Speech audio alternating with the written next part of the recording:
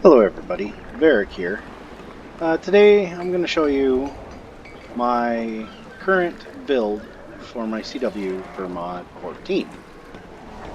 Alright, so let's take a look at this. Okay, I'm currently in my Master Flame Oppressor AoE build. A lot of feats are going to be similar to some of the other loadouts I have, but I just thought I'd show you the AoE build to start with. Currently using Crown of the Undead. I know some people are using Rex Corona still. I like the Crown of the Undead for two reasons. It may not have as much power, it does have more hit points, and it's got a fair bit of crit on it. It also, when you use the daily power, you pull everything basically towards you. So if you're in a big mob, you hit your oppressive force, everybody comes to the middle, you slam down your icy terrain, they all freeze, and then you can kill them all. I know it's a 30-second cooldown, but it still works pretty well. Hag's Rags for armor. I'm currently using a Soul Forged enchant. Some people use Bark Shield, some people use Negation. I use the Soul Forged simply because I kind of want to take a hit. I need that 10% hit to proc the Exalted Primal weapons here. And if I'm using Bark Shield, the Bark Shield absorbs the hit, and these weapons do not proc. Now in a dungeon run, you're going to be spammed by DCs anyway, so it really doesn't make that big of a difference, but that's just my reasoning behind it, so thought I'd show that there. I'm using the Jaw Ripper's gloves. I was using the Terror Grips, but you suffer a huge recovery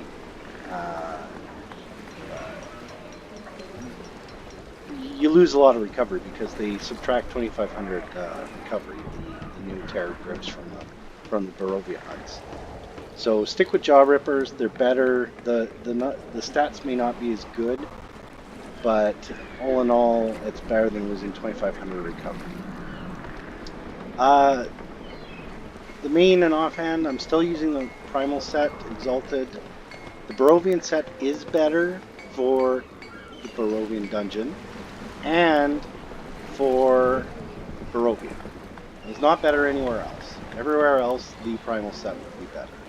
So for that reason, I'm sticking with the Primal set. Also, to restore the Barovian weapons, it's a pain in the ass. It really is. And once Mod 14 comes around for console players, you'll see what I mean. You need to do all these HEs, you have to run the dungeon a million times to get all these sunset shards, and then you have to find this merchant that travels all over Barovia and buy one piece of witchwood from him, and you can only do that once a week, and I think you need like 5 or 10 of them. So it's not something that you're going to be able to do right away. Okay, for the feet, I still have the Enduring Boots. I do have the new set, which is... Oh, I don't have them here, but I do have the... Where are they? There they are. I have the Manalord's Raid Pegashas. They're nice. They give you a good recovery boost and some crit, but I'm not sure if this would be better than the 3% extra damage that you're doing with the Enduring Boots. So I'm currently testing the Enduring Boots out. I just got them. And I'm going to see how that works out, and if they don't, I'll go back to the Manalords, because I was doing just fine with those on. Alright, I'm currently wearing the Fang set. I like the fact that it gives me 1,500 recovery when I use 3 counter powers. I'm using the Fang Beaded Amulet and the Fang Sash. I know a lot of people are using the Beaded Sash, but I wanted the extra wisdom for the recharge gain, and the charisma for the crit, and the fact that it's got 1,400 recovery versus 1,400 power. I'm currently using the Ring of the Shadow Stalker +4. Hope to get +5 sooner or later. That comes from Fane, of course. Fane of the Night Serpent. Ring of Offensive Action, once again, like the Enduring Boots, that's from the Omu. Good for a nice damage increase. And if you keep in mind, all these pieces here, these are all multiplicative.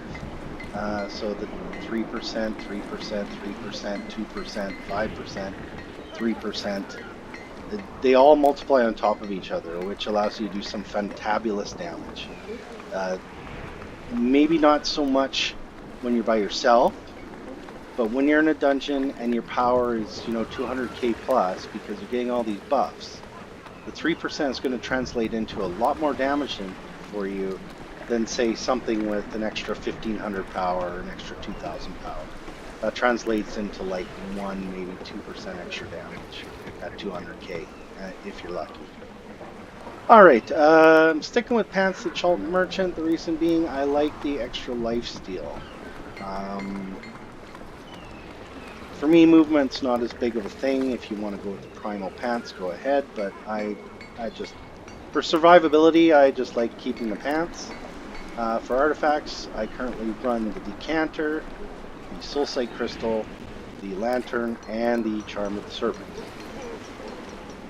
As you can see here, these are my AoE values. If I switch to single target values, you'll notice that my wisdom goes up quite a bit. That's to increase my recharge speed so I can fire off more single target spells at once. Single target spells generally have a slightly lower cooldown time than AoE spells. Okay, so you'll notice my power's not very high. It's 36.9. It's about 55 when my companion procs. I'm not worried about losing power here because when you're at 200k, that extra 5k power doesn't amount to a heck of a lot. I'd rather put it into something like recovery or armor pen, whatever I need, basically. And that's what I try and do, is find the balance between power and recovery so that I have enough recovery to fire off my encounters as fast as possible without losing too much power. Because once you get too much recovery, then you're wasting it, and then you're not doing nearly as much damage. Now I'm a dwarf, so I know the best in slot is human, dragonborn, as what's recently been mentioned. Drow's pretty good too. Tiefling. But I just enjoy playing a dwarf. I'm currently using an unparalleled Vorpal enchantment. I know it's second best in slot. Fey Touched is definitely the best. I'll get there one day, but I'm poor at the moment, so that's what I'm sticking with. It works very well. It gives me, according to my calculations, about 23.5% DPS increase. But it doesn't work with Aura of Courage, and that's where Fey wins. Alright, on to feats. Currently, in my OA feat, I've got 3/3 for critical chance. That's pretty much self-explanatory. 3/3 for maximum hit points. This is actually closer to 10% at 3/3, so 10% more hit points. I've got 5/5 for fight on. Now, a lot of people say this is a trap feat. I disagree. If you're not using spell twisting, this is a great thing to have because it shaves anywhere from 0.3 to 0.5 to 0.7 seconds off of an encounter power. And when you're going through your rotation and fighting bosses and stuff like that, that's where it counts. Or even mobs, You want to get your encounter powers off as quick as you can. Wizard's Wrath, I've got 1/3 in there. Blighting Power, I've got 3/3 in here. It says it does 6% more damage. It's actually 19% at 3/3. So and the thing is, half of our skills or better are cold based. So you might as well max it out because it's very important. 5/5 for Learned Spellcaster and 0/3 for Focus Wizardry. This is because this is an AoE build. Now, of course, I've gone the Oppressor feat, the Oppressor tree. So I've got the 5/5 and Bitter Cold. Severe Reaction is okay. But seriously, at endgame content, You will not see the guy pushed 5 feet away from you. You'd be lucky if the guy gets pushed 1 foot away from you. In fact, half the time he doesn't move at all because they're so CC immune. Twisting Immolation, this is always good when you're running combustive action. Gives you an extra 2.5 seconds of the debuff. This here, when you teleport, your run speed is not really worth anything. I've got 5 of 5 for Icy Veins. That's a given. Every time you use an encounter close to them, you throw 5 stacks of chill on the mobs. And then 5 of 5 for Frigid Winds. Most mobs will get frozen, and when they are frozen, they will take 10% more damage. This is a definite plus. 5 of 5 for Controlled Momentum. Now it says here you deal 5% more damage for 6 seconds. That's wrong. You're actually dealing 10. It's an error in the tooltip. And although these do not stack, just with yourself, if you had another Oppressor CW and you're running Cradle, and you're both running Oppressor, the Controlled Momentum does stack from different CWs. So that's a good thing to know. 1 of 1 in Shatter Strike, of course, when you freeze a target, they get hit by Shattered, which does a certain amount of damage. Also for the boss targets or targets that don't get shattered, like Iron Golems and stuff like that, it will do Shatter Strike, which is 33% of your weapon damage. That 33% can be buffed by other things, such as DCs, Paladins, your own buffs even, and of course, chill lasts 2.5 seconds longer. And then we went to the Thaumaturge path. I've got 5 of 5 for the Tempest Magic. That's a nice 1.5% DPS increase roughly. Malevolent Surge, I've got 3 of 5 in. Now, I've got a couple in Drifting Embers. The reason being is I don't mind spreading Smolder, and this gives me a reasonable chance. I don't really think that the Drifting Embers is that great of a feat, but for endgame content, it's nice to spread Smolder around because the targets don't die as quickly.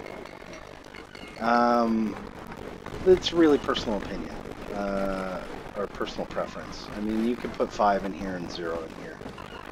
5 of 5 for Elemental Reinforcement, and of course 0 in Spell Twisting, because I'm using my recovery to speed up my powers. Okay, for the single target Oppressor build, you'll notice I took the 3 points out of Learn Spellcaster and put them in Focused Wizardry. The reason being is now you're using mostly single target skills, and you will want the extra damage on the single target powers. Basically, the rest of this is all the same. Okay, I also have a Renegade build. It is a Ren Thom build. I find that I can keep up the chill stacks enough with Ray of Frost as my at-will to make this a viable build for me. Some people will prefer to go the Oppressor so that they get the Icy Veins and they freeze targets right off the bat. Since I only have one Renegade build, I just leave it like this. It is spec'd for single target, but I'm usually playing support, so it's not a big deal. And this comes in handy against the bosses, of course. I also have a Storm Spell Oppressor AoE build, basically the same as Moth, except that I'm using Storm Spell. I don't play it very often. I prefer to use the Moth build. I'm more comfortable with it. They both do roughly the same amount of damage. For me, anyway. Okay, so now that we're done with that, let's take a look at boons. The Guild Stronghold boons as usual. PvP doesn't really matter because I don't PvP. Sharendar, you can see what I've got here. I did take the Elven Tranquility over the Elven Ferocity. The reason being, this cannot crit, this cannot be buffed. It amounts to less than 0.5% of your total damage. It's not really. It's better to take the Tranquility boon and increase your survivability, because if you're dead, you cannot DPS. Dread Ring, this is what I got here. Most of it's self-explanatory. Once again, I took the Enraged Regrowth over the Shadow Touch, simply because, as with the Elven Ferocity, Shadow Touch cannot crit, cannot be buffed, same kind of idea. Icewind Dale, I took the recovery over the crit severity. I did take Rousing Warmth. Some people will take Winter's Bounty. I take the Rousing Warmth because I find my lifesteal kicks in quite a bit, and every time that does, I tend to get a little bit of extra damage from being healed. This is my Underdark. Pretty self-explanatory. Tyranny of Dragons. This is what I've got here. Maze Engine. This is what I have as well. Elemental Evil. Storm King's Thunder. I currently only got one in Chill Winter. I will finish Storm King's Thunder someday. I hated this campaign. I hated boating. I hated fishing. I don't like the big lake. Cloaked Ascendancy, this is what I took. I took the recovery over the lifesteal because I actually put some lifesteal into my character, and I am over 20%, so I'm happy with that. Vision of Beyond is probably the best out of all three of these.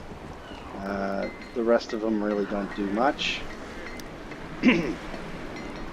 Jungles of Chult, I got 3/3 in the power, 1 in regen, 1 in defense, and 1 in deflect. Not really for the stats, but just for the hit points. And then, of course, 1 in Soul Siphon and 1 in Death's Blessing.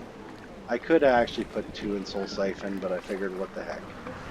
Lingering Curse, it's alright. You can definitely use it. The Impenetrable Jungle doesn't really do much. Ravenloft, currently this is what I have. 1 in Recovery, 2 in Undying Death, so I'm doing the extra damage versus Undead. And then Bloodlust. Although Righteous Sacrifice, I haven't tested it yet. Whether this grants you and your allies, or just your allies at 800 power. If it grants you as well, this would probably be a better bet to take. But until the testing is done, I'm not sure what'll happen. Or I'm not sure which. I'm just going to stick with Bloodlust for now. Companions, I am currently using the Razorwood as the main. It is definitely a great companion. Procs right away, gives you the additional combat advantage, doesn't do much damage itself, but it procs fast. Then the Siege Master and the 3 Archons. Now, Tiger is definitely best in slot. I couldn't afford it, and I really don't want to switch the loadout that I have here. I'm very happy with it. It works very well. I could probably take the Fire Archon out and put a Tiger here and use that, but that's just one of those I'll get to there someday kind of things. Got 2 of the Ring of the Grave Strikers on him. These do stack. You can't see it in the stats, but if you go to your character here and click Inspect Companion, you can see that the stats differ, because these are the true stats versus just the standard stats without the ring bonuses. Mounts, I'm currently using a Rage Drake. I currently have the 4000 critical strike. I know that the Flail Snail is best in slot for a wizard because of the quick recharge time, but this allowed me to up my recovery a bit. Really, anything to do with recovery or AP gain is good, or something that will allow you to remove some of your enchants and put more recovery in is always helpful. Just depends on how your character is set up. Mount Insignia bonuses. The 4 main ones that should always be present are Gladiator's Guile, Shepherd's Devotion, Artificer's Persuasion, Combatant's Maneuver. Now, Gladiator's Guile is strictly for run speed, so if you want to put Wanderer's Fortune or something there, go ahead. Cavalry's Warning, this is if you have a legendary mount. If you don't, I would suggest Protector's Friendship, or you could put Artificer's Influence to stack with Persuasion. or you could put Wanderer's Fortune, etc., etc. It's completely up to you. Now, these down here are my single target skills for boss fights. I currently use the Soulside Crystal for the boss fights, the Atropal, Decanter of Atropal for AoE for mobs. This is best in slot for mobs, this is best in slot for bosses. Currently, what I do is tag the boss with Ray of Enfeeblement, use a Scorching Burst to set Smolder going, and then run through my Disintegrate, Chill Strike, or sometimes Icy Terrain if the boss isn't moving, or if you got a Paladin handy and the boss isn't moving, because Aura of Courage will proc twice as much, or 6 times as much actually, and then Fanning the Flame, so that I get my Elemental Empowerment here, the 3, the Arcane, the Cold, and the Fire. And for mobs,